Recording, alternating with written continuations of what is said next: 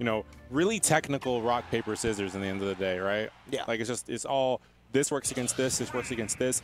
How do I apply it, you know, to this particular game? Which is, it's really cool. And I like seeing how people's minds work. So I like trying to understand how someone's mind works in a certain situation and why they choose an option, or like if that's because, you know, if I'm going to Randy DP here, am I Randy DPing because every time they've hit buttons there, or am I Randy DPing because I just hope it'll hit, right? Like, am I thinking, or am I, you know, just having my brain off? Yeah. I did not realize this set had actually started. It looked like these two were doing is this legit? No, this is a hand warmer for sure. No. No, seriously? No, they're playing. Oh, okay. Dude, look at that. They're playing. Yeah, definitely. He's doing buttons now. And he's dead. Wow. Wow. Oh my goodness. I'm actually kind of surprised that killed. I wanna real quick before we get directly into this game, which this is winter semi, so we have to. Yeah, I'm really surprised that I didn't think they were actually playing. Oh no. No, it's not. Yeah, I'm surprised he went for early. Remember, because he knew he wasn't gonna be able to get anything else. But I want to go back to how you're talking about how fighting games have these conditioning things, and how, you know, it's sort of like this rock, paper, scissors, where generally, like when you break it down to basics, there are 3 things that you could do. Mm-hmm. And fighting games are just so different from, like, let's say shooters. Yeah. Where there isn't like that sort of rock, paper, scissors, and there really isn't that conditioning either. It's really just completely different. Yeah, because I think team sports have a little bit less, right? Yeah. Because team sports, you're working together to supply. Or, oh yeah.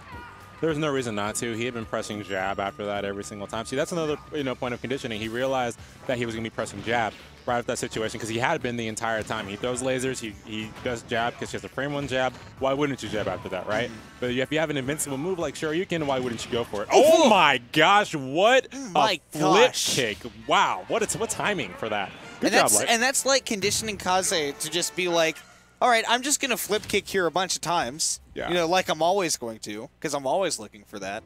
But I'm always doing it at like this time, and this specific time, and this specific time, and this specific time, and then I get him. Yeah. Because you mixed it up just a little bit. All right, and that it can become things like reads, right? You notice that you notice that he's doing his recovery a bit later, so you delay, you know, your usual flip kick timing to catch him there. And, you know, that may even help you catch him better in that situation, right? Can I actually go back to something really quick that you mentioned about conditioning? Yeah. I think really conditioning really only works in anything that is one-on-one to a degree. Honestly, yeah. Because it becomes a lot more difficult when you're in a team environment and there's a lot, like, you can't read everyone. Even Smash teams, there's no such thing as conditioning. There really isn't. That is all about teamwork and knowing what your opponent's going to do, but there's no conditioning involved in that. There are some instances, but not to the level that it would be in a 1v1 situation, yeah. But, I agree. You don't see conditioning in football. Yeah. Sure, see, right there's another good example there. Every single time he had jumped, neutral air, jumped, throw down aerial, jumped, and there he did a jump tether, right? There was no reason for Kaze not to do a Shoryuken there. And it's because he had been shown something so many times. Why would he think something otherwise? Exactly. Like, that would have been a good moment for, I don't know, Light to do a fake. Early oh my goodness. And it almost took the stock. I'm surprised he didn't go for another up air. The side B. Yeah, he actually did the... Wow. Light's been playing crazy. Light is so aggressive at that ledge, and that is how he gets so many stocks, is he forces you have to pick an option immediately or you are going to die. I just remember these guys were doubles teammates today. Wait, no, they weren't. That was Beasley. That was Beasley, yeah. Yeah, I don't know why I thought Light. Light was teaming with, I honestly don't know. I know they lost. Dang. Yeah. Oh, interesting. I was teaming with Zay. Okay. Yeah, that makes sense. Yeah, he was. All right. Oh, yeah, he got caught. Oh, yep. See, and that's, again, and I'm sure Kaze realized, I don't know if Light realizes, but Light has a very bad habit of jumping all the time. All the time. And I mean, you have really good aerial pressure as ZSS. Don't get me wrong, jumping as ZSS is very good.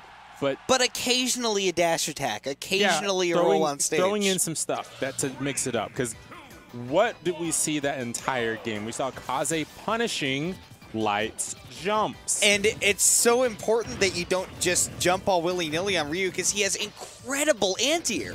Yeah, I mean, we've seen it time and time again. We've seen anti-air Shoryu. We've seen anti-air other options. We saw that anti-air Ryu up has. tilt there to get him off the ledge. Yeah, thank you. Light is going option. ham. Yeah. Hamon Presunto. I eat them all. That's actually, he has so many brilliant bursts in the neutral that it just like takes away from the jumps. Wow. I really don't understand like how he gets himself in those moments where he just keeps jumping. Like here we go. Look, jump. No reason to jump right there. Yeah, and if you notice, Kaze didn't do any option. He just ran forward because he knew that Light was going to keep jumping. Okay, that was a really good jump, however, to have the neutral air cross up on shield, and that would set up for him to run through with the up smash, and that'll do it! Oh my gosh, he missed. Good DI there from Kaze. Also, possible bad setup there from Light. I think he had to reverse the up beam. Yeah, I think that was what exactly, because like, I think Kaze was DIing all the way up and to the right. Oh. Kaze got jab 2 when he was putting Light off stage, and that meant he couldn't up till... Yep. Why? There's no reason not to just run up and approach because you realize he's going for the jump. And Ryu's fast enough that he can get there fast. Yeah. Light. That was like really, I don't know if it was poor DI from Kaze, but Kaze was caught, like, do you know how she's kind of like a triangle when she's doing her boost kick? And you know you kind of want to be at the end of the triangle? Kaze was like... He's put up another finger. Kaze was like behind the triangle. Yeah. That's the worst spot to be whenever you're going, whenever you're trying to DI boost kick. And he just couldn't get out of it, right? Yeah. It's like he was trying to do the DI where if you DI in and up enough really early, you don't get put into the kicking hitbox and you fall behind her.